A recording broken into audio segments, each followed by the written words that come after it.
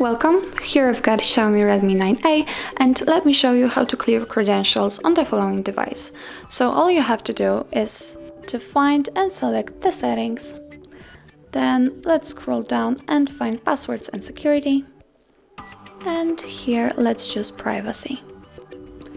Now let's select encryption and credentials, and on the very bottom here we've got clear credentials. Simply click on it, and if you are ready to remove all the contents, simply click on OK. Wait, and that's all. This is how you clear credentials on your Xiaomi Redmi 9A, and if you find that this video was helpful, please hit the subscribe button and leave the thumbs up.